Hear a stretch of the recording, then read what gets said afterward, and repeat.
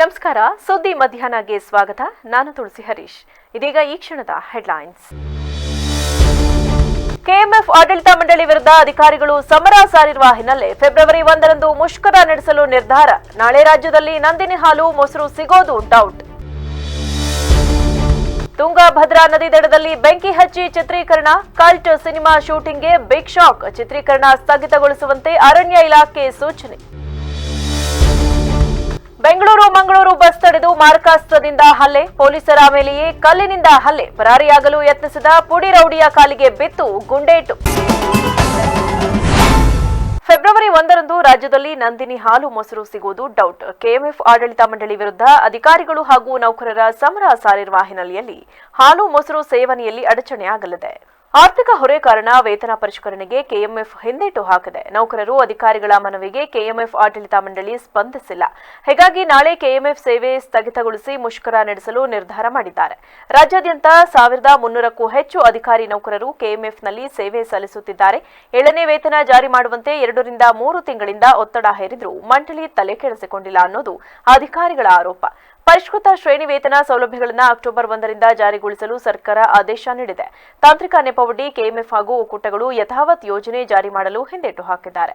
ಹೀಗಾಗಿ ನಾಳೆಯಿಂದ ಕೆಎಂಎಫ್ ಚಟುವಟಿಕೆ ಸ್ಥಗಿತಗೊಳಿಸಲು ಕೆಎಂಎಫ್ ಅಧಿಕಾರಿ ಮತ್ತು ನೌಕರರ ಸಂಘ ಒಮ್ಮತದ ನಿರ್ಧಾರ ತೆಗೆದುಕೊಂಡಿದೆ. ಸರ್ಕಾರದ ಆದೇಶವನ್ನ ಉಲ್ಲಂಘಿಸಿದ್ದಕ್ಕೆ ವಸತಿ ಸಚಿವ ಜಮೀರ್ ಅಹಮದ್ ಖಾನ್ ಪುತ್ರ ಜೈದ್ ಖಾನ್ ಮತ್ತು ರಚಿತಾ ರಾಮ್ ಅಭಿನಯದ ಕಲ್ಟ್ ಸಿನಿಮಾದ ಶೂಟಿಂಗ್ಗೆ ಅರಣ್ಯ ಇಲಾಖೆ ಶಾಕ್ ನೀಡಿದ್ದು ಚಿತ್ರೀಕರಣ ಸ್ಥಗಿತಗೊಂಡಿದೆ. ಕಳೆದ ಕೆಲ ದಿನಗಳಿಂದ ಕಲ್ಟ್ ಚಿತ್ರತಂಡವು ಹಂಪಿ ಸೇರಿದಂತೆ ನಾನಾ ಕಡೆಗಳಲ್ಲಿ ಚಿತ್ರೀಕರಣ ನಡೆಸಿದೆ. ಅದೇ ರೀತಿಯಾಗಿ ತಾಲೂಕಿನ ರಂಗಾಪುರ ಸಾಣಾಪುರ ಕೆರೆ ಭಾಗದಲ್ಲಿ ಚಿತ್ರೀಕರಣಕ್ಕೆ ಸೆಟ್ ಹಾಕಿತ್ತು. ಸಾಣಾಪುರ ಗ್ರಾಮದ ತುಂಗಭದ್ರಾ ನದಿ ದಡದಲ್ಲಿ ಬೆಂಕಿ ಹಚ್ಚಿ ಚಿತ್ರೀಕರಣ ಮಾಡಲು ಮುಂದಾಗಿದೆ. ಅನುಮತಿ ಪಡೆಯದೆ ಶೂಟಿಂಗ್ಗೆ ಮುಂದಾಗಿದ್ದಕ್ಕೆ ಸ್ಥಳಕ್ಕೆ ಅರಣ್ಯಾಧಿಕಾರಿಗಳು ಆಗಮಿಸಿ ತಡೆ ನೀಡಿದ್ದಾರೆ. ಶೂಟಿಂಗ್ಗೆ ಸಿದ್ಧತೆ ಮಾಡಿಕೊಂಡಿದ್ದ ಸ್ಥಳ ಅರಣ್ಯ ಪ್ರದೇಶ ಹಾಗೂ ನೀರುನಾಯಿ ಸಂರಕ್ಷಿತ ಪ್ರದೇಶವಾಗಿರುವ ಕಾರಣ ಅರಣ್ಯ ಇಲಾಖೆ ಚಿತ್ರೀಕರಣವನ್ನ ತಡೆ ಹಿಡಿದಿದೆ. ಪರವಾನಗಿ ಪಡೆದ ನಂತರ ಚಿತ್ರೀಕರಣ ಮಾಡಲು ಅವಕಾಶ ನೀಡಲಾಗುವುದು ಎಂದು ಅರಣ್ಯ ಇಲಾಖೆ ಅಧಿಕಾರಿಗಳು ಕಲ್ಟ್ ಚಿತ್ರ ತಂಡಕ್ಕೆ ಸೂಚನೆಯನ್ನ ನೀಡಿದ್ದಾರೆ.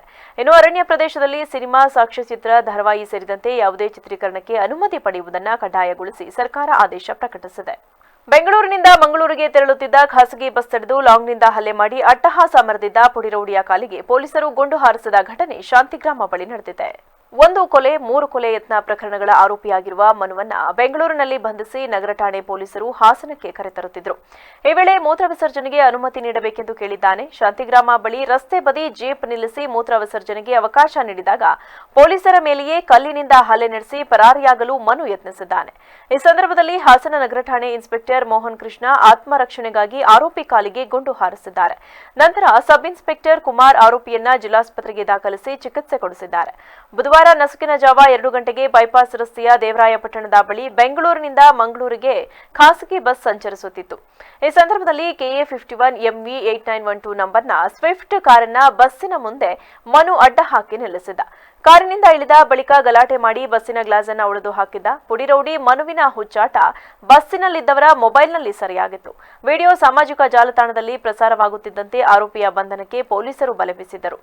ಬಸ್ಸಿಗೆ ಹೀಗೆ ಆದ್ರೆ ಇನ್ನು ಕಾರು, ಬೈಕಿನಂತಹ ವಾಹನದಲ್ಲಿ ಪ್ರಯಾಣ ಮಾಡುವವರು ಏನು ಮಾಡಬೇಕು ಎಂದು ನೆಟ್ಟಿಗರು ಪೊಲೀಸರನ್ನ ಪ್ರಶ್ನಿಸಿ ತರಾಟೆಗೆ ತೆಗೆದುಕೊಂಡಿದ್ದರು. ಬಿಎಂಟಿಸಿ ನಿರ್ವಾಹಕ ಮತ್ತು ಚಾಲಕ ಬಸ್ಸಿನಲ್ಲೇ ಜಗಳ ಮಾಡಿದ ಘಟನೆ ಹೆಬ್ಬಾಳ ಫ್ಲೈಓವರ್ ಬಳಿ ನಡೆದಿದೆ. ಬಸ್ಸು ನಿಲ್ಲಿಸಿ ನಿನ್ನ ಮಾತನ್ನ ನಾನ್ಯಾಕೆ ಕೇಳಬೇಕು ಎಂದು ಚಾಲಕ, ನಿರ್ವಾಹಕ ಪರಸ್ಪರ ಕಿತ್ತಾಡಿದ್ದಾರೆ. ಇಬ್ಬರು ಜಗಳ ಜೋರಾಗುತ್ತಿದ್ದಂತೆ ಪ್ರಯಾಣಿಕರು ಬಸ್ಸಿನಿಂದ ಕೆಳಗೆ ಇಳಿದಿದ್ದಾರೆ. ಇಬ್ಬರ ಜಗಳವನ್ನ ಪ್ರಯಾಣಿಕರು ವಿಡಿಯೋ ಮಾಡಿದ್ದು ಸಾಮಾಜಿಕ ಜಾಲತಾಣದಲ್ಲಿ ಅಪ್ಲೋಡ್ ಮಾಡಿದ್ದಾರೆ. ಇಬ್ಬರು ಕಿತ್ತಾಟ ನಡೆಸಿದ್ದು ಯಾಕೆ, ಗಲಾಟೆ ನಡೆದಿದ್ದು ಯಾವಾಗ ಎನ್ನುವುದರ ಬಗ್ಗೆ ಸ್ಪಷ್ಟವಾದ ಮಾಹಿತಿ ಸಿಗಬೇಕಾಗಿದೆ. ಸಂಸ್ಥೆಯಲ್ಲಿನ ಎಲ್ಲಾ ಸದಸ್ಯರು ಉತ್ತಮವಾದ ಕಾರ್ಯಗಳನ್ನು ಮಾಡುವ ಮೂಲಕ ಸಂಸ್ಥೆಯ ಏಳಿಗೆಗೆ ಶ್ರಮಿಸಬೇಕೆಂದು ಮಲೆನಾಡು ತಾಂತ್ರಿಕ ಶಿಕ್ಷಣ ಸಂಸ್ಥೆಯ ಅಧ್ಯಕ್ಷ ಆರ್ಟಿ ದ್ಯಾವೇಗೌಡ ತಿಳಿಸಿದರು. ನಗರದ ಎಂ ಕೃಷ್ಣ ಕಾಲೇಜಿನಲ್ಲಿ ಗುರುವಾರ ಹಮ್ಮಿಕೊಳ್ಳಲಾಗಿದ್ದ ಸಭೆಯನ್ನ ಉದ್ದೇಶಿಸಿ ಮಾತನಾಡಿದ ಅವರು, ಈ ಬಾರಿ ಎಲ್ಲ ಕಾಲೇಜುಗಳಿಗೆ ಯುವಕರನ್ನೇ ಉಪಾಧ್ಯಕ್ಷರನ್ನಾಗಿ ಆಯ್ಕೆ ಮಾಡಲಾಗಿದ್ದು, ಗುರುದೇವ್ ಅವರ ನೇತೃತ್ವದಲ್ಲಿ ಎಲ್ಲರ ಸಹಕಾರದೊಂದಿಗೆ ಸಂಸ್ಥೆ ಸಮಗ್ರ ಅಭಿವೃದ್ಧಿ ಹೊಂದುತ್ತದೆ ಎಂಬ ಭರವಸೆ ಇದ್ದು, ಎಲ್ಲ ಸದಸ್ಯರು ಸಂಪೂರ್ಣ ಸಹಕಾರ ನೀಡಬೇಕು. ಹಾಗೆ ಸಂಸ್ಥೆಯಲ್ಲಿನ ಕುಂದುಕೊರತೆಗಳ ಬಗ್ಗೆ ಚರ್ಚಿಸಿ ಅವುಗಳನ್ನು ಬಗೆಹರಿಸುವಂತಹ ಕೆಲಸ ಮಾಡಬೇಕೆಂದು ಸೂಚನೆ ನೀಡಿದರು. ನಾವು ಸಾಮಾನ್ಯವಾಗಿ ಎಲ್ಲ ಕಾಲೇಜುಗಳಿಗೆ ಯುವಕರನ್ನೇ ಈ ಸಾರಿ ಉಪಾಧ್ಯಕ್ಷನಾಗಿ ನೇಮಿಸಿದ್ದೀವಿ. ಈಗ ತಾನೇ ಅರ್ಜುನ್ ಗುರುದೇವ್ ಅವರು ಇಂಜಿನಿಯರಿಂಗ್ ಕಾಲೇಜಿನ ಉಪಾಧ್ಯಕ್ಷ ಅಧಿಕಾರ ಸ್ವೀಕಾರ ಮಾಡಿದ್ದಾರೆ. ನಮಗೆ ನಂಬಿಕೆ ಇದೆ ಅವರ ನೇತೃತ್ವದಲ್ಲಿ ನಿಮ್ಮಗಳ ಎಲ್ಲ ಸಹಕಾರದೊಂದಿಗೆ ಈ ಸಂಸ್ಥೆಯನ್ನು ಸಮಗ್ರ ಅಭಿವೃದ್ಧಿ ಮಾಡ್ತಾರೆ ಅಂತ ಒಂದು ನಂಬಿಕೆಯಿಂದ ಅವರನ್ನು ಇಲ್ಲಿ ಉಪಾಧ್ಯಕ್ಷರು ಮಾಡಿದ್ವಿ. ಅವರಿಗೆ ನೀವು ಸಂಪೂರ್ಣ ಸಹಕಾರ ಬೆಂಬಲವನ್ನು ಕೊಡಬೇಕು.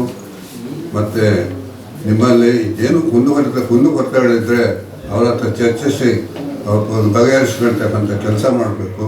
ದಯವಿಟ್ಟು ತಮ್ಮಲ್ಲಿ ಯಾವುದೇ ಗುಂಪುಗಾರಿಕೆ ಕಂಡು ಬಂದರೆ ನಾವು ಶಿಸ್ತಿನ ಕ್ರಮನ ತಗೊಳ್ಳಿಕ್ಕೆ ತಯಾರಿದ್ವಿ.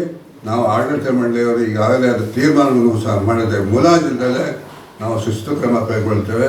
ನೀವು ಬಂದಿರೋದು ಏನು ಕೇಳಿದ್ರೆ ಮಕ್ಕಳಿಗೆ ವಿದ್ಯಾಭ್ಯಾಸ ಕೊಡ. ಪ್ರಧಾನ ಕಾರ್ಯದರ್ಶಿ ಜಗದೀಶ್ ಚೌಡುವಳ್ಳಿ ಮಾತನಾಡಿ, ಸಂಸ್ಥೆಯನ್ನ ಅಚ್ಚುಕಟ್ಟಾಗಿ ನಿಭಾಯಿಸುವಂತಹ ವ್ಯಕ್ತಿಯಾದ ಡಿಬಿ ಹೇಮಂತ್ ಕುಮಾರ್ ಅವರನ್ನ ಎಲ್ಲರ ಒಮ್ಮತದೊಂದಿಗೆ ಉಪಾಧ್ಯಕ್ಷರಾಗಿ ಆಯ್ಕೆ ಮಾಡಿ ಅವರಿಗೆ ಅಧಿಕಾರವನ್ನ ನೀಡಿದ್ದೇವೆ. ಅವರ ತಂದೆಯವರಂತೆ ಇವರೂ ಕೂಡ ತಮಗೆ ನೀಡಿರುವ ಅಧಿಕಾರ ಅವಧಿಯಲ್ಲಿ ಸಾಧ್ಯವಾದಷ್ಟು ಅಭಿವೃದ್ಧಿ ಕೆಲಸವನ್ನ ಮಾಡುತ್ತಾರೆಂಬ ವಿಶ್ವಾಸ ಇದೆ ಎಂದು ತಿಳಿಸಿದರು.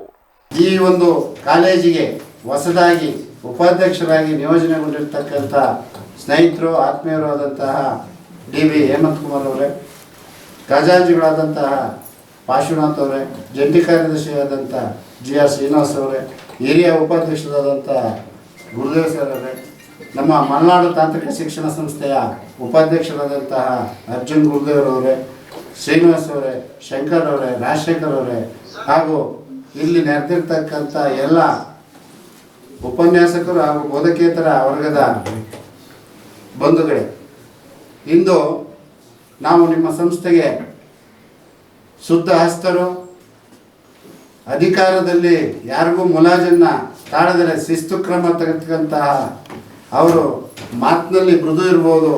ಅವರ ಅಧಿಕಾರ ಅವರ ತಂದೆ ರಾಜ್ಯದ ವಕೀಲರ ಸಂಘದ ಅಧ್ಯಕ್ಷರಾಗಿ ಮಾಡಿ ತೋರಿಸಿದ್ದಾರೆ. ಅವರನ್ನು ನಿಮಗೆ ಕೊಟ್ಟಿರ್ತಕ್ಕಂಥದ್ದು ಈ ಕಾಲೇಜಿನ ಅಭಿವೃದ್ಧಿಗೆ ಎಷ್ಟು ಸಾಧ್ಯ ಅವರ ಕೈಗೆ ಅಷ್ಟನ್ನೂ ಸಹ ಮಾಡಿ ತೋರಿಸ್ತಾರೆ. ಅದಕ್ಕೆ ಏನು ನೌಕರ ಬಾಂಧವರಿದ್ದೀರಾ ಏನು ಅತ್ಯಂತ ಸಂತೋಷದಿಂದ ನಾನು ಸ್ವೀಕರಿಸ್ತಾ ಹಾರಳ್ಳಿ ರಾಮಸ್ವಾಮಿಯವರಿಗೆ ಇನ್ನೂ ಹೆಸರು ಬರ್ತಕ್ಕಂತಹ ಕೆಲಸಗಳನ್ನು ನಾನು ಇಲ್ಲಿ ಮಾಡ್ತೀನಿ, ಜವಾಬ್ದಾರಿ ಇದೆ ಅಂತ ಒಂದು ನಿಮಗೆ ಮಾತನ್ನು ಕೊಡ್ತಾ ಎಲ್ಲರಿಗೂ ವಂದನೆಗಳನ್ನು ಹೇಳಿ, ಹಾಗೂ ನಿಮ್ಮ ಒಂದು ಸಹಕಾರ ನನಗಿರಬೇಕು. ನಿಮ್ಮಲ್ಲಿ ಒಡನಾಟಗಳು, ಅಭಿವೃದ್ಧಿ ಕಾರ್ಯಗಳಿರ್ಬೋದು, ಈ ಕಾಲೇಜ್ ಗಾರ್ಡನ್ ಇರ್ಬೋದು. ನಾನು ಮೊನ್ನೆ ಆಗಲೇ ಒಂದು ವಾಕ್ ಮಾಡಿ ಹೋದೆ. ನಮ್ಮ ಡೈರೆಕ್ಟರ್ ಸಾಹೇಬ್ರಿಗೂ ಎಲ್ಲ ಒಂದು ಸಣ್ಣ ಸೂಚನೆಗಳನ್ನು ಕೊಟ್ಟು, ಈಗ ಆ ಥರ ಏನು ಬೇರೆ ಹೇಳ್ದಂಗೇನು ಅಷ್ಟು ಇದಾಗೇನಿಲ್ಲ, ಚೆನ್ನಾಗಿ ಎಲ್ಲ ಇದು ಮಾಡ್ಕೊಂಡು ಹೋಗ್ತಾ ಇದ್ದೀರಾ. ಇಲ್ಲಿ ಏನು ಅಂತ ಹೇಳಿದ್ರೆ ಉಪಾಧ್ಯಕ್ಷರ ಕೈಯಲ್ಲಿ ಎಲ್ಲ ಆಗೋದಿಲ್ಲ. ತಾವೆಲ್ಲರೂ ಕೈ ಜೋಡಿಸಿ ಅವರಿಗೆ ಒಳ್ಳೆ ರೀತಿಯಲ್ಲಿ ಸಹಕಾರ ಕೊಟ್ಟರೆ ನಿಜವಾಗಲೂ ನಂಬರ್ 1 ಇದು ಮಾಡೋದ್ರಲ್ಲಿ ಸಂದೇಹ ಇಲ್ಲ. ಯಾಕಂದರೆ ಆ ವ್ಯಕ್ತಿ ದುಡಿಮೆಯಲ್ಲಿ ರೈತರ ಮಗ ಇದ್ದ. ಅವರ ತೋಟದಲ್ಲಿ ಬೇಕಾದ್ರೆ ಒಂದು ವಾರ 10 ದಿನ ಅಲ್ಲೇ ಇದ್ದುಕೊಂಡು ಕೆಲಸ ಮಾಡಿಸುವಂಥ ವ್ಯಕ್ತಿ. ತೋಟನ ಅಷ್ಟು ಇಂಪ್ರೂವ್ ಮಾಡಿದ್ದಾರೆ ಇಲ್ಲೇ ಹತ್ತಿರದ ಕರಡೇವು ಹತ್ರ. ಈ ಮನುಷ್ಯ ಇಲ್ಲಿ ಈ ಕಾಲೇಜಿಗೆ ಏನು ಬೇಕಾದ್ರೂ ಮಾಡ್ತಾರೆ ಅನ್ನೋದಕ್ಕೆ. ಈ ವೇಳೆ ಖಜಾಂಚಿ ಪಾರ್ಶ್ವನಾಥ್, ಜಂಟಿ ಕಾರ್ಯದರ್ಶಿ GR ಶ್ರೀನಿವಾಸ್, ಪ್ರಾಂಶುಪಾಲರಾದ AJ ಕೃಷ್ಣಯ್ಯ, ನಿರ್ದೇಶಕರಾದ ಗುರುದೇವ್, ಹೇಮಂತ್ ಕುಮಾರ್, GT ಕುಮಾರ್, ಶಂಕರ್, S ಪ್ರದೀಪ್, ಭುವನಹಳ್ಳಿ ಶ್ರೀನಿವಾಸ್, ರಾಜಶೇಖರ್ ಸೇರಿದಂತೆ ಇತರರಿದ್ದರು. ಹಾಸನ ರೇಗ್ ಅಸೋಸಿಯೇಷನ್ ಮಾಲೀಕರು ಮತ್ತು ಏಜೆಂಟರ ಸಂಘದ ವತಿಯಿಂದ ಕೊಳವೆ ಬಾವಿ ಕೊರೆಯಲು ಈ ಬಾರಿ ರೈತರ ಅನುಕೂಲಕ್ಕಾಗಿ ಪ್ರತಿ ಅಡಿಗೆ 105 ರು ನಿಗದಿ ಮಾಡಲಾಗಿದೆ ಎಂದು ಸಂಘದ ಖಜಾಂಚಿ JC ಶಿವಣ್ಣ ತಿಳಿಸಿದರು. ನಗರದಲ್ಲಿ ಗುರುವಾರ ಈ ಬಗ್ಗೆ ಮಾಹಿತಿ ನೀಡಿದ ಅವರು, ಹಾಸನ, ಆಲೂರು, ಸಕಲೇಶಪುರ 3 ತಾಲೂಕುಗಳ ಲಾರಿ ಮಾಲೀಕರು ಸೇರಿ ಸಂಘ ಸ್ಥಾಪಿಸಿಕೊಂಡು ಕಳೆದ 6 ವರ್ಷಗಳಿಂದ ಕೆಲಸ ಮಾಡಿಕೊಂಡು ಬಂದಿದ್ದೇವೆ. ತಮ್ಮ ಸಂಘದಲ್ಲಿ 50 ಜನ ಸದಸ್ಯರಿದ್ದು ರೈತರ ಅನುಕೂಲಕ್ಕಾಗಿ ಕೆಲಸ ಮಾಡುತ್ತಿದ್ದೇವೆ. ಕೊಳವೆ ಬಾವಿ ಕೊರೆಯುವ ವಿಚಾರವಾಗಿ ಕೆಲವೆಡೆ ರೈತರಿಗೆ ತಪ್ಪು ಮಾಹಿತಿ ನೀಡುವುದು, ದರ ಏರಿಕೆ ಮಾಡುವ ಕೆಲಸಗಳು ನಡೆಯುತ್ತಿವೆ. ಆದುದರಿಂದ ಸಂಘದ ಸದಸ್ಯರೆಲ್ಲ ಸೇರಿ ಸಭೆ ನಡೆಸಿ ಒಮ್ಮತದ ತೀರ್ಮಾನಕ್ಕೆ ಬಂದಿದ್ದು, ಪ್ರತಿ ಅಡಿಗೆ 105 ರೂಪಾಯಿ ಹಾಗೂ ಕಡಿಮೆ ದರದಲ್ಲಿ ಕೇಸಿಂಗ್ ಪೈಪುಗಳನ್ನು ಒದಗಿಸಲು ತೀರ್ಮಾನಿಸಲಾಗಿದೆ. ಕಾರ್ಮಿಕರ ಸಂಬಳ ಹಾಗೂ ಬೋರ್ವೆಲ್ ಕೊರೆಯಲು ಬಳಸುವ ಉಪಕರಣಗಳ ಬೆಲೆ ಹೆಚ್ಚಳದ ನಡುವೆಯೂ ರೈತರ ಸಮಸ್ಯೆಗಳನ್ನು ಅರಿತು ನಮ್ಮ ಸಂಘ ಕೆಲಸ ಮಾಡುತ್ತಿದ್ದು, ಬೆಲೆ ಹೆಚ್ಚು ಮಾಡುವವರ ಮಾತಿಗೆ ಕೋವಿ ಕೊಡದೆ ಯಾವುದೇ ಮಾಹಿತಿ ಬೇಕಾದಲ್ಲಿ ನಮ್ಮ ಸಂಘದ ಸದಸ್ಯರು ಅಥವಾ ಸಂಘವನ್ನು ಸಂಪರ್ಕಿಸಲು ಕೋರಿದರು. 3 ತಾಲೂಕುಗಳು ಸೇರಿಕೊಂಡು ಹಾಸನ ರಿಕ್ ಮಾಲೀಕರು ಮತ್ತು ಏಜೆಂಟರುಗಳ ಸಂಘ ಅಂತ ಮಾಡ್ಕೊಂಡಿದ್ದೀವಿ. 6 ವರ್ಷ ಆಯಿತು ಸಂಘ ಮಾಡಿ. ನಮ್ಮ ಸಂಘ ತುಂಬ ಚೆನ್ನಾಗಿ ನಡ್ಕೊಂಡು ಹೋಗ್ತಾ ಇದೆ. 50 ಜನ ಮೆಂಬರ್ ಇದ್ದಾರೆ ಸಂಘದಲ್ಲಿ, 10 ಜನ ಓನರ್ಸ್ ಇದ್ದಾರೆ. ನಮ್ಮ ಸಂಘದಲ್ಲಿ ನಾವು 3 ದಿನದಿಂದ ಒಂದು ಎಲ್ಲರನ್ನೂ ಕರೆದು ಯಾವುದೇ ರೈತರಿಗೆ ಭಿನ್ನಾಭಿಪ್ರಾಯ ಉಂಟಾಗಬಾರ್ದು. ಗ್ರಾಹಕರಿಗೂ ಕೂಡ ಒಂದೊಂದು ರೇಟು, ಒಬ್ಬರು 110 ರೂಪಾಯಿ ಹೇಳ್ತಾರೆ, ಒಬ್ಬರು 115 ರೂಪಾಯಿ ಹೇಳ್ತಾರೆ. ಹಾಗಾಗಿ ಎಲ್ಲ ನಮ್ಮ ಸಂಘದ ಸರ್ವ ಸದಸ್ಯರ ಸಭೆಯನ್ನು ನಡೆಸಿ 105 ರೂಪಾಯಿ ಒಂದು ಅಡಿಗೆ ಅಂತ ಹೇಳ್ಬಿಟ್ಟು ಫಿಕ್ಸ್ ಮಾಡಿದ್ದೀವಿ. ಸಂಘದ ಅಧ್ಯಕ್ಷರು, ಸೆಕ್ರೆಟರಿ ಎಲ್ಲ ಮೆಂಬರ್ ಸೇರಿ ದಯಮಾಡಿ ಎಲ್ಲ ರೈತರು ಮತ್ತು ಗ್ರಾಹಕರು ಈ ಒಂದು 105 ರೂಪಾಯಿಯನ್ನು ಕೊಟ್ಟು ಸಹಕರಿಸಬೇಕು ಅಂತ ಕೇಳ್ಕೊತಾ ಇದ್ದೀವಿ. ಕೇಸಿಂಗ್ ಪೈಪ್ಗಳನ್ನು ಒಂದು ರೇಟ್ ಫಿಕ್ಸ್ ಮಾಡಿದ್ದೀವಿ. ಅದರಲ್ಲಿ ಯಾವುದೇ ಇದಿಲ್ಲ, 450 ರೂಪಾಯಿ ಕೇಸಿಂಗ್ ಪೈಪಿಗೆ ಅಂತ ಫಿಕ್ಸ್ ಮಾಡಿದ್ದೀವಿ. ದಯಮಾಡಿ ಎಲ್ಲರೂ ಸಹಕರಿಸಬೇಕು ಅಂತ ಕೇಳ್ಕೊತಾ ಇದ್ದೀವಿ. ಮತ್ತು ರೇಟ್ 105 ರೂಪಾಯಿ ಏನಕ್ಕೆ ಮಾಡಿದ್ದೀವಿ ಅಂದರೆ, ನಮ್ಮಲ್ಲಿ ಯಾಮರ್ಸ್ ರೇಟು ಜಾಸ್ತಿ ಆಗಿದೆ, ಬಿಟ್ ರೇಟ್ ಜಾಸ್ತಿ ಆಗಿದೆ. ಹಾಗೆ ನಮಗೆ ಬರ್ತಕ್ಕಂಥ ಶಾಂತಿ ಗ್ರಾಮದಲ್ಲಿ ಗುರುವಾರ ಬಿಎಸ್ಎನ್ಎಲ್ ವತಿಯಿಂದ ವೈಫೈ ರೋಮಿಂಗ್ ಕಾರ್ಯಕ್ರಮವನ್ನು ಉದ್ಘಾಟಿಸಲಾಯಿತು. ಕಾರ್ಯಕ್ರಮವನ್ನು ಉದ್ದೇಶಿಸಿ ಬಿಎಸ್ಎನ್ಎಲ್ ಉಪವಿಭಾಗದ ರುದ್ರೇಶ್ ಮಾತನಾಡಿ, ಶಾಂತಿಗ್ರಾಮ ತಾಲೂಕಾಗುವ ಹೊಂದಿದ್ದು ಈ ಹಿನ್ನೆಲೆ ಮೊದಲು ಈ ಕಾರ್ಯಕ್ರಮವನ್ನ ಇಲ್ಲಿಂದ ಪ್ರಾರಂಭಿಸಿದ್ದೇವೆ. ಅಲ್ಲದೆ ಈ ವೈಶಿಷ್ಟ್ಯವನ್ನ ಜಿಲ್ಲೆಯ ಎಲ್ಲಾ ದೊಡ್ಡ ಹಾಗೂ ಸಣ್ಣ ಹಳ್ಳಿಗಳಲ್ಲೂ ಹಂತ ಹಂತವಾಗಿ ವ್ಯಾಪಿಸುವ ಆಲೋಚನೆಯನ್ನ ಹೊಂದಿದ್ದು, ಪ್ರಸ್ತುತ ಶಾಂತಿಗ್ರಾಮದಲ್ಲಿ 20 ಭಾಗದಲ್ಲಿ ವೈಫೈ ಕಾರ್ಯವನ್ನ ಮಾಡಲಾಗಿದೆ. ಇನ್ನು ಮುಂದಿನ ದಿನದಲ್ಲಿ ದೊಡ್ಡ ಮಟ್ಟದಲ್ಲಿ ಈ ಕಾರ್ಯಕ್ರಮವನ್ನು ಮಾಡುವ ಉದ್ದೇಶ ಹೊಂದಿದ್ದೇವೆ ಎಂದು ತಿಳಿಸಿದರು. ಇಲ್ಲಿ ಆಕ್ಚುಲಿ ಇದು ತಾಲೂಕು ಆಗುವಂಥ ಗ್ರಾಮ ಆಗಿರೋದ್ರಿಂದ ಇದನ್ನು ಮೊದಲು ಸೆಲೆಕ್ಟ್ ಮಾಡ್ಕೊಂಡಿದ್ದೀವಿ. ಈ ಫೆಸಿಲಿಟಿನ ಎಲ್ಲ ಜಿಲ್ಲೆಯಾದ್ಯಂತ ದೊಡ್ಡ ದೊಡ್ಡ ಹಳ್ಳಿಗಳಿಗೆ ಮತ್ತು ಸಣ್ಣ ಸಣ್ಣ ಹಳ್ಳಿಗಳಿಗೂ ಇದನ್ನು ನಾವು ಎಕ್ಸ್ಟೆಂಡ್ ಮಾಡಲಿಕ್ಕಿದೆ. ಆಲ್ಮೋಸ್ಟ್ ಶಾಂತಿಗ್ರಾಮದಲ್ಲಿ 20 ಜಾಗದಲ್ಲಿ ಇದು ಎನೇಬಲ್ ಮಾಡಿದ್ದೀವಿ. ಹಾಸನ ಅರ್ಬನ್ ಏರಿಯಾದಲ್ಲಿ ಆಲ್ರೆಡಿ 400 ಕನೆಕ್ಷನ್ಸ್ ನಾವು ಎನೇಬಲ್ ಮಾಡಿದ್ದೀವಿ. ನಮ್ಮ ಟಾರ್ಗೆಟ್ ಇರೋದು 5000 ಇದೆ. ಅಂದರೆ 5000 ಕನೆಕ್ಷನ್ಗಳ ತನಕ ನಾವು ವೈಫೈ ಹಾಟ್ಸ್ಪಾಟ್ ಮಾಡಲಿಕ್ಕೆ ನಮ್ಮದು ಪ್ಲ್ಯಾನ್ ಇದೆ. ಮುಂದಕ್ಕೆ ಇದನ್ನು ಇನ್ನೂ ದೊಡ್ಡದಾಗಿ ಬೆಳೆಸಿ ಮತ್ತು ಸಾರ್ವಜನಿಕ ಯೂಸ್ ಆಗಲಿ ಅಂತ ಮಾಡ್ತಾ ಇದ್ದೀವಿ. ಈ ವೈಫೈ ರೋಮಿಂಗಿಂದ ನಮ್ಮ ಒಂದು ಕನೆಕ್ಷನ್ನಿಂದ ನಾವು ಆಲ್ ಓವರ್ ಇಂಡಿಯಾ ಯಾವುದೇ ಜಾಗಗಳಿಗೆ ಹೋದ್ರು, ಏರ್ಪೋರ್ಟ್, ರೈಲ್ವೆ ಸ್ಟೇಷನ್ ಎಲ್ಲೇ ಹೋದ್ರೂ ಈ ಕನೆಕ್ಷನ್ನ ನಾವು ಫ್ರೀ ಆಗಿ ಉಚಿತವಾಗಿ ಯೂಸ್ ಮಾಡೋಕ್ಕೆ ಇದರಲ್ಲಿ ಆಪ್ಷನ್ ಇದೆ. This program is to launch the BSNL National Wi-Fi Roaming, which is available throughout India for the BSNL FTTH users without any extra cost. This Grama, Shanti Grama is the first village in Hassan district which is fully Wi-Fi enabled. 20 hotspots, Wi-Fi hotspots available for Shanti Grama Nivashi to use internet any corner of the village, any disha of the village you can use without any extra cost. Any family members, 4 members of the family of the FTT users can use this Wi-Fi without any extra cost. Throughout India, you have 42 lakhs of Arakalagudu ತಾಲೂಕಿನ ಹಲವು ನ್ಯಾಯಬೆಲೆ ಅಂಗಡಿಗಳಿಂದ ಪಡಿತರದಾರರಿಗೆ ಸಮರ್ಪಕವಾಗಿ ಅಕ್ಕಿ ವಿತರಣೆ ಆಗುತ್ತಿಲ್ಲ ಎಂಬ ದೂರು ಕೇಳಿಬಂದಿದ್ದು, ಮುಂದಿನ ದಿನಗಳಲ್ಲಿ ಸರ್ಕಾರ ನಿಗದಿ ಮಾಡಿರುವ ಪಡಿತರ ವಿತರಣೆಯಲ್ಲಿ ಲೋಪ ಕಂಡು ಬಂದರೆ ಸರ್ಕಾರದ ಗಮನಕ್ಕೆ ತರಲಾಗುವುದು ಎಂದು ಸರ್ಕಾರದ ಗ್ಯಾರಂಟಿ ಅನುಷ್ಠಾನ ಸಮಿತಿ ತಾಲೂಕು ಘಟಕದ ಅಧ್ಯಕ್ಷ ಎಚ್ಪಿ ಶ್ರೀಧರ್ಗೌಡ ತಿಳಿಸಿದರು. ಬುಧವಾರ ತಾಲೂಕು ಪಂಚಾಯಿತಿ ಸಭಾಂಗಣದಲ್ಲಿ ನಡೆದ ಅನ್ನಭಾಗ್ಯ ಗ್ಯಾರಂಟಿ ಯೋಜನೆಯ ನ್ಯಾಯಬೆಲೆ ಅಂಗಡಿ ವಿತರಕರುಗಳ ಸಭೆಯ ಅಧ್ಯಕ್ಷತೆ ವಹಿಸಿ ಮಾತನಾಡಿದ ಅವರು, ತಾಲೂಕಿನಲ್ಲಿ ಒಟ್ಟು 87 ನ್ಯಾಯಬೆಲೆ ಅಂಗಡಿಗಳಿಂದ ಅನ್ನಭಾಗ್ಯ ಯೋಜನೆಯ ಪಡಿತರ ವಿತರಣೆಯನ್ನ ಮಾಡಲಾಗುತ್ತಿದ್ದು, ಪ್ರತಿ ಕಾರ್ಡ್ಗೆ 1 ಕೆಜಿ ಅಕ್ಕಿ ಮತ್ತು 10 ರುಗಳನ್ನು ಸಂಗ್ರಹ ಮಾಡುತ್ತಿರುವ ಕುರಿತು ದೂರು ಬಂದಿದೆ. ಇದು ಯಾವ ಮಾನದಂಡದಲ್ಲಿ ನಿರ್ವಹಣೆ ಮಾಡುತ್ತಿದ್ದೀರಿ? ಸರ್ಕಾರದ ಸುತ್ತೋಲೆ ಇದ್ರೆ ಸಭೆಗೆ ಮಾಹಿತಿ ನೀಡಿ ಎಂದರು. ಇಂದಿನ ಸಭೆಗೆ 58 ಮಂದಿ ನ್ಯಾಯಬೆಲೆ ಅಂಗಡಿಗಳ ಮಾಲೀಕರು ಹಾಗೂ ಅವರ ಕುಟುಂಬದವರು ಬಂದಿದ್ದೀರಿ. ಉಳಿದ 29 ಮಂದಿ ಗೈರಾಗಿದ್ದಾರೆ. ಈ ಸಭೆಯ ಉದ್ದೇಶವನ್ನ ಅರ್ಥ ಮಾಡಿಕೊಂಡು ಪ್ರತಿಯೊಬ್ಬರು ಹಾಜರಾಗಬೇಕು, ಇಲ್ಲವಾದರೆ ಕಾನೂನು ರೀತಿಯ ಕ್ರಮಕ್ಕೆ ಒತ್ತಾಯಿಸಲಾಗುವುದು. ಬಹುತೇಕ ನ್ಯಾಯಬೆಲೆ ಅಂಗಡಿಗಳಲ್ಲಿ ಪಡಿತರ ವಿತರಣೆಗೆ ಬಳಕೆ ಮಾಡುತ್ತಿರುವ ಪರಿಕರಗಳ ತೂಕವನ್ನ ಸೇರಿ ಅಕ್ಕಿ, ರಾಗಿಯನ್ನ ನೀಡಲಾಗುತ್ತಿದೆ. ಇದಲ್ಲದೆ ಪ್ರತಿ ಕಾರ್ಡ್ಗೆ 1 ಕೆಜಿ ಅಕ್ಕಿಯನ್ನ ಹಿಡಿಯಲಾಗುತ್ತಿದೆ. ಈ ಎಲ್ಲ ಅವೈಜ್ಞಾನಿಕ ಕ್ರಮಗಳಿಂದ ಪ್ರತಿ ಕಾರ್ಡ್ಗೆ 2 ಕೆಜಿ ಅಕ್ಕಿ, ರಾಗಿ ಕಡಿತವಾಗುತ್ತಿದೆ. ಇದನ್ನ ತುಂಬಾ ಗಂಭೀರವಾಗಿ ಪರಿಗಣಿಸಿದ್ದೇನೆ.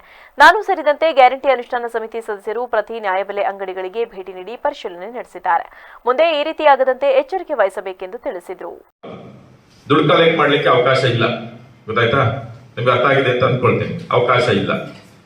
ಆಮೇಲೆ ನಿಮ್ಗೆ ತಮ್ ಸರಿ ಇಲ್ಲ, ಮತ್ತೊಂದ್ ಸರಿ ಇಲ್ಲ, ಅದ್ ಸರಿ ಇಲ್ಲ, ಇದ್ ಸರಿ ಇಲ್ಲ ಅಂತ ಹೇಳಿ ಅವ್ರನ್ನ ವಾಪಸ್ ಕಳಿಸಿ ಆ ಅಕ್ಕಿನ ನೀವು ಬೇರೆ ಬೇರೆ ಉದ್ದೇಶಕ್ಕೆ ಬಳಸ್ಕೊತಾ ಇದ್ದೀರಿ ಅಂತಕ್ಕಂಥ ದೂರಿದೆ. ಇದು ಕೂಡ ಸಹಿಸ್ಲಿಕ್ಕೆ ಆಗೋದಿಲ್ಲ.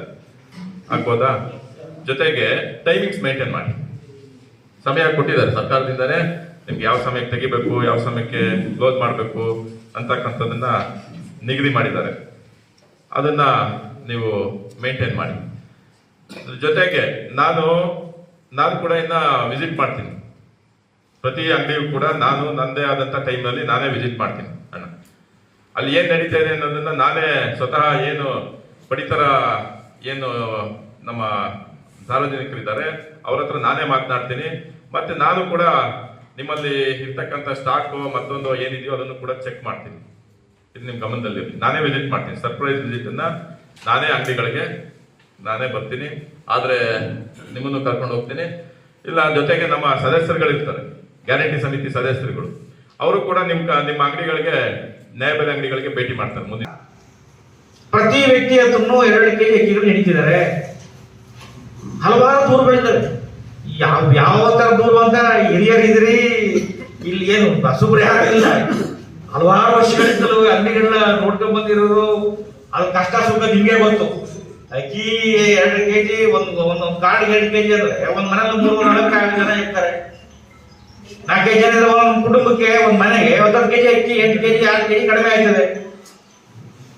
ಆಮೇಲೆ ಪ್ರತಿದಿನ ನ್ಯಾಯಬೆಲೆ ಅಂಗಡಿನ ತೆರೆದಿರ್ಬೇಕು ಅಂತಕ್ಕಂಥದ್ದು ಒಂದು ಟೈಮಿಂಗ್ಸ್ ಇದೆ ಅದಕ್ಕೆ. ಆ ಟೈಮಿಂಗ್ಸ್ ಅಲ್ಲಿ ನ್ಯಾಯಬೆಲೆ ಅಂಗಡಿಗಳು ಯಾವೂ ಓಪನ್ ಆಗ್ತಾ ಇಲ್ಲ.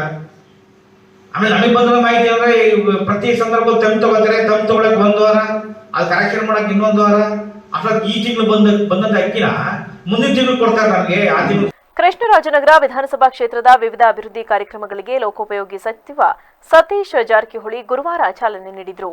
ಪಟ್ಟಣದ ಕೃಷ್ಣರಾಜನಗರ ಕ್ರೀಡಾಂಗಣದಲ್ಲಿ ನಿರ್ಮಿಸಿದ ಹೆಲಿಪ್ಯಾಡ್ಗೆ ಹೆಲಿಕಾಪ್ಟರ್ ಮುಖಾಂತರ ಆಗಮಿಸಿದ್ದು ಶಾಸಕ ಡಿ ರವಿಶಂಕರ್, ಕೆಪಿಸಿಸಿ ಕಾರ್ಯಕಾರಿ ಸಮಿತಿ ಸದಸ್ಯ ದೊಡ್ಡಸ್ವಾಮಿಗೌಡ ಹಾಗೂ ತಾಲೂಕು ಮಟ್ಟದ ಅಧಿಕಾರಿಗಳು ಮತ್ತು ಕಾಂಗ್ರೆಸ್ ಕಾರ್ಯಕರ್ತರು ಹೂಗುಚ್ಛ ನೀಡಿ ಬರಮಾಡಿಕೊಂಡರು.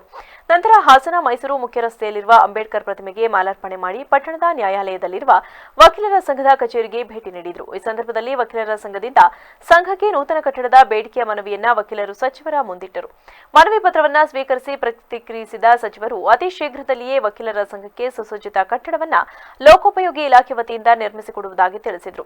ನಂತರ ಕೃಷ್ಣರಾಜನಗರ ವಿಧಾನಸಭಾ ಕ್ಷೇತ್ರದ ಸಾರ್ವಜನಿಕರ ಬಹುವರ್ಷದ ಬೇಡಿಕೆಯಾಗಿದ್ದ ಕೆಆರ್ನಗರ ಪಟ್ಟಣದ ಮಧುನಹಳ್ಳಿ ಮಳಲಿ ಮಾರ್ಗವಾಗಿ ಸಾಲಿಗ್ರಾಮ ತಾಲೂಕಿನ ಹೊಸಕೋಟೆ ಗ್ರಾಮದ ರಸ್ತೆ ಕಾಮಗಾರಿಗೆ ಗುದ್ದಲಿ ಪೂಜೆ ನೆರವೇರಿಸಿದರು. ಬಳಿಕ ಹೊಸಕೋಟೆ ಗ್ರಾಮದಲ್ಲಿ ಏರ್ಪಡಿಸಿದ ವೇದಿಕೆ ಕಾರ್ಯಕ್ರಮದಲ್ಲಿ ಭಾಗವಹಿಸಿ ಮಾತನಾಡಿದ ಸಚಿವರು, ವಿರೋಧ ಪಕ್ಷದವರು ಅಭಿವೃದ್ಧಿಯ ಹಣ ರಾಜ್ಯ ಸರ್ಕಾರ ಘೋಷಿಸಿರುವ ಗ್ಯಾರಂಟಿ ಕಾರ್ಯಕ್ರಮಗಳಿಗೆ ಹೋಗುತ್ತಿದೆ ಎಂದು ಬೋಪೆ ಹೊಡೆಯುತ್ತಿದ್ದಾರೆ. ಆದರೆ ಗ್ಯಾರಂಟಿ ಯೋಜನೆಗಳಿಗೆ ಪ್ರತ್ಯೇಕವಾಗಿ 56,000 ಕೋಟಿ ಹಣಗಳನ್ನು ಮೀಸಲಿಡಲಾಗಿದೆ. ವಿರೋಧ ಪಕ್ಷದ ಶಾಸಕರಿಗೆ ತಲಾ ರು 30 ಕೋಟಿ ರು ಅನುದಾನ ಕೊಡಲಾಗಿದೆ. ಆದರೆ ಸುಖ ಸುಮ್ಮನೆ ಅವರೆಲ್ಲ ಬಾಯಿಗೆ ಬಂದಂತೆ ಮಾತನಾಡುತ್ತಿದ್ದಾರೆ ಎಂದು ವಾಗ್ದಾಳಿ ನಡೆಸಿದರು. ಬಹಳ ದಿನಗಳ ರಸ್ತೆ ಮಾಡಿ ಕೂಡ ನನಗೂ ಅಷ್ಟೇ ಸಂತೋಷ ಆಗಿದೆ. ಕೇಳಿದೆ ಯಾಕಾಗಿಲ್ಲ ಅಂತ. ರಾಜಕೀಯದಲ್ಲಿ ಕಾರಣಗಳಿಂದ ಮಾಡಿರಲಿ. ಈ ಭಾಗದಲ್ಲಿ ಹೆಚ್ಚು ಕಾಂಗ್ರೆಸ್ಸಿನ ಮತದಾರಿದ್ದಾರೆ, ಅಭಿಮಾನಿಗಳಿದ್ದಾರೆ, ಕಾರ್ಯಕರ್ತರ. ಹೀಗಾಗಿ ಅವ್ರಿಗೆ ಮಾಡಲಿಕ್ಕೆ ಅನಾನುಕೂಲ ಆಗಿದೆ. ಈಗ ನಮ್ಮ ಸರ್ಕಾರ ಬಂದಿದೆ. ವಿಶೇಷವಾಗಿ ರವಿಶಂಕರ್ ಅವರು ಫಸ್ಟ್ ನಿಮಗೆ ಪ್ರಯಾರಿಟಿ ಕೊಟ್ಟಿದ್ದಾರೆ. ನಿಮಗೆ ಕೊಟ್ಟಿದ್ದಾರೆ. KR ನಗರ ಹೋಗ್ಲಿಕ್ಕೆ ಬಹುಶಃ ಒಂದು 20-30 ನಿಮಿಷದಲ್ಲಿ ಈ ರಸ್ತೆ ಆದರೆ ನಾವು ಹೋಗ್ತಾರ. ಈಗಾಗಲೇ ಸಂಪೂರ್ಣ ಹಣವನ್ನು ಕೊಟ್ಟಿದ್ದೀವಿ. ಎಷ್ಟು ಕೆಟ್ಟಿದೆ ಅದನ್ನೆಲ್ಲ ಸರಿ ಮಾಡಲಿಕ್ಕೆ ಕೊಡುತ್ತೆ.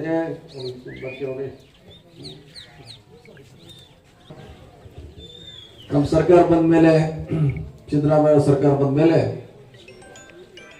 ನಮ್ಮ ಇಲಾಖೆಯಿಂದ ಸಾಕಷ್ಟು ಹಣವನ್ನು ಕೊಡುವಂಥ ಪ್ರಯತ್ನ ಮಾಡಿದ್ವಿ. ಈಗಾಗಲೇ ಒಂದು 20 ಕೋಟಿ SSTPL ಕೊಟ್ಟಿದ್ದೀವಿ, 6 ಕೋಟಿ CRFL ಕೊಟ್ಟಿದ್ದೀವಿ, ಇನ್ನು ಸುಮಾರು 5-6 ಕೋಟಿ ಬೇರೆ ಬೇರೆ ರಸ್ತೆಗೆ ಕೊಟ್ಟಿದ್ದೀವಿ. ಒಟ್ಟು ನಾವು ಬಂದ ಮೇಲೆ 58 ಕೋಟಿ ಹಣವನ್ನು ಕೊಟ್ಟಿದ್ದೀವಿ. ಆದರೂ ಕೂಡ ನಮ್ಮ ವಿರೋಧ ಪಕ್ಷದವರು ಮಾಧ್ಯಮದಲ್ಲಿ ಪದೇ ಬರ್ತದೆ, ನಮ್ಮ ಹಣ ಗ್ಯಾರಂಟಿ ಹೋಗ್ತದೆ. ಕೊನೆಯಲ್ಲಿ ಮತ್ತೊಮ್ಮೆ ಹೆಡ್ಲೈನ್ಸ್. ಕೆಎಂಎಫ್ ಆಡಳಿತ ಮಂಡಳಿ ವಿರುದ್ಧ ಅಧಿಕಾರಿಗಳು ಸಮರ ಸಾರಿರುವ ಹಿನ್ನೆಲೆ ಫೆಬ್ರವರಿ 1ರಂದು ಮುಷ್ಕರ ನಡೆಸಲು ನಿರ್ಧಾರ. ನಾಳೆ ರಾಜ್ಯದಲ್ಲಿ ನಂದಿನಿ ಹಾಲು ಮೊಸರು ಸಿಗೋದು ಡೌಟ್. ತುಂಗಭದ್ರಾ ನದಿ ದಡದಲ್ಲಿ ಬೆಂಕಿ ಹಚ್ಚಿ ಚಿತ್ರೀಕರಣ. ಕಲ್ಟ್ ಸಿನಿಮಾ ಶೂಟಿಂಗ್ಗೆ ಬಿಗ್ ಶಾಕ್. ಚಿತ್ರೀಕರಣ ಸ್ಥಗಿತಗೊಳಿಸುವಂತೆ ಅರಣ್ಯ ಇಲಾಖೆ ಸೂಚನೆ. ಬೆಂಗಳೂರು ಮಂಗಳೂರು ಬಸ್ ತಡೆದು ಮಾರಕಾಸ್ತ್ರದಿಂದ ಹಲ್ಲೆ. ಪೊಲೀಸರ ಮೇಲೆಯೇ ಕಲ್ಲಿನಿಂದ ಹಲ್ಲೆ. ಪರಾರಿಯಾಗಲು ಯತ್ನಿಸಿದ ಪುಡಿ ರೌಡಿಯ ಕಾಲಿಗೆ ಬಿತ್ತು ಗುಂಡೇಟು. ಕ್ಷಣದ ಸುದ್ದಿಗಾಗಿ ನೋಡ್ತಾ ಇರಿ ವಿವಿಸಿ ಟಿವಿ. ಇದು ಜನರ ಧ್ವನಿ. ಸತ್ಯದ ಕಡೆ ನಮ್ಮ ನಡೆ.